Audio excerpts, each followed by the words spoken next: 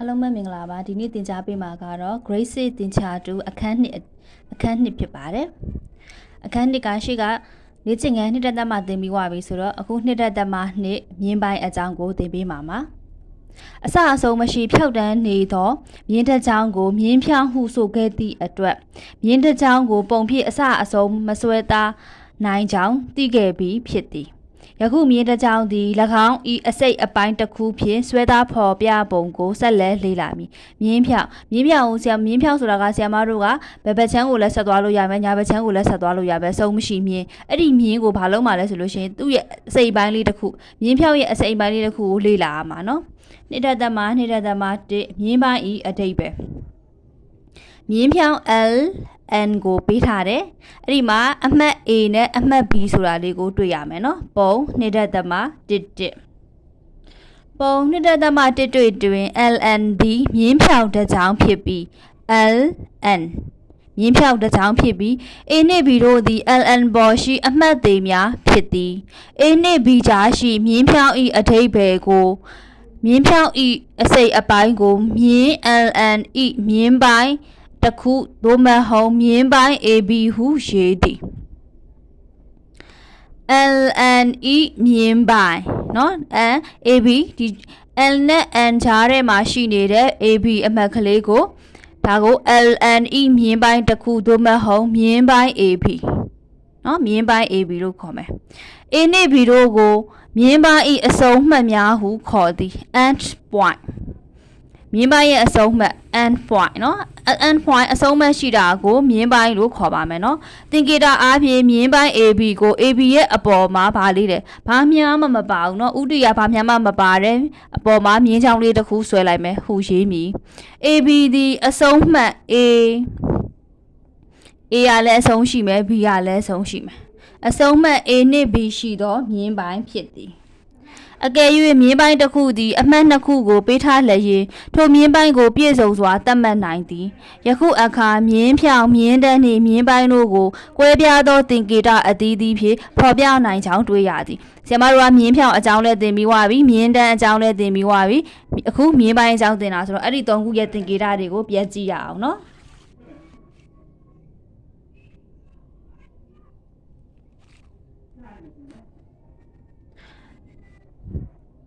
တို့ရာတွင်လွယ်ကူမှုရှိစေရန်ယင်းတို့ကို AB ဘာလေးပါမလဲဆိုလို့ရှိရင်မြားဥလေးပါမယ်မြင်းဖြောင်း AB ဟု၎င်းမြားဥလေးကတစ်ဖက်ထဲပါတာကိုမြင်းတန်း AB ဟု၎င်းဘာမြင်းမြားဥလေးပါတာကို AB ကိုမြင်းပိုင်း AB ဟု၎င်းရိုးပင်ဖော်ပြသွားမည်ဖြစ်သည်နှစ်တက်သက်မှာမြင်းပိုင်းများ၏အလျားတိုင်းခြင်းပေးထားသောမြင်းပြိုင်း AB ကို AB ၏အလျားကိုတိုင်းမည်ဆိုပါစို့စင်တီမီတာအမှတ်အသားပါသောမြင်းတန်ဆိုတာပေတံကိုပြောတာနော်မြင်းတန်ကိုမြင်းပိုင်း AB တက်လျှောက်ပုံနှစ်တက်သက်မှာ1မှာကတ်သို့ကတ်ထားပါ A ကို3စင်တီမီတာအစမှတ်3စင်တီမီတာကိုဆရာမတို့ကဘာလို့ယူဆရမှာလဲအစမှတ်လို့ယူဆရမှာနော်အစမှတ်နေရာ၌ထားပြီးမြင်းတန်းပေါ်တွင် B အမှတ်ကျရာစင်တီမီတာကိုဖတ်ယူပါဆရာမတို့ရှိမှာပေတံတစ်ခုအဲ့ဒီပေတံတစ်ခုကဘာလဲဆိုရင်စင်တီမီတာပါတဲ့ပေတံလေးဖြစ်ကြမယ်နော်ပေတံအများစုမှာစင်တီမီတာမီလီမီတာလက်မတွေအမှတ်သားပါတဲ့ပေတံရှိတယ်ဟုတ်ပြီအမှတ် A နဲ့ B နဲ့ရှိတယ်အမှတ် A အစားအမှတ်ကို3အမှတ်ကနေပြီးတော့တက်တယ်လေးကိုထားလိုက်ပဲပြီးသွားတဲ့ခါမှာနောက်ဆုံး B ကဘယ်နေရာမှာဆုံးလဲဆိုတာကိုကြည့်လိုက်တော့9မှာဆုံးတယ်ဟုတ်ပြီဒီပေတံလေးရဲ့အောက်မှာစင်တီမီတာလို့ပေးထားတဲ့အတွက် AB မြင်းပိုင်း AB ရဲ့အလျားကဘယ်လောက်ရှိမှာလဲ9စင်တီမီတာဟုတ်ပြီနော်ဒါကိုကလေးတို့ကသိရမယ်ဒီမြင်းတန်းတွေကိုမြင်းပိုင်းတွေကိုအလျားတိုင်းတာကို grade 2မှာသင်ခဲ့ရတယ်နော်ပုံနှစ်တက်သက်မှာ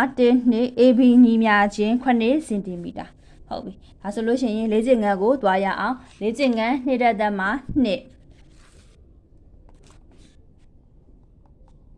နံပါတ်1အောက်ပါပုံများတွင်မြင်းပိုင်းများကိုဖော်ပြပါ ဟုတ်ပြီနော်နံပါတ်1အတွက်မြင်းပိုင်း A3 ကန် ABC ပုံစံလေးကိုမြင်းပိုင်းဖော်ပြမယ်နံပါတ်2အတွက်နံပါတ်3အတွက်ဟုတ်ပြီနံပါတ်1အတွက်စဉ်းစားမယ် ABC အတွက်စဉ်းစားတော့ AB ဆိုတဲ့မြင်းပိုင်းရမယ် BC ဆိုတဲ့မြင်းပိုင်းရမယ် AC ဆိုတဲ့မြင်းပိုင်းရမယ်ဟုတ်ပြီခြာရေးလိုက်တော့ AC ဆိုတဲ့မြင်းပိုင်းအပေါ်မှာဘာမှမပါဘူး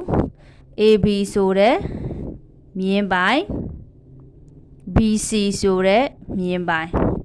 ဟုတ်တယ်ဒါဆိုလို့ရှိရင်မြင်းပိုင်းဘယ်နှပိုင်းပါမှာလဲဟုတ်ပြီနော်မြင်းပိုင်း3ခုရှိမှာပေါ့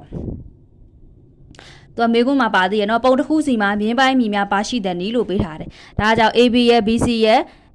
AC ရဲ့ BC ရဲ့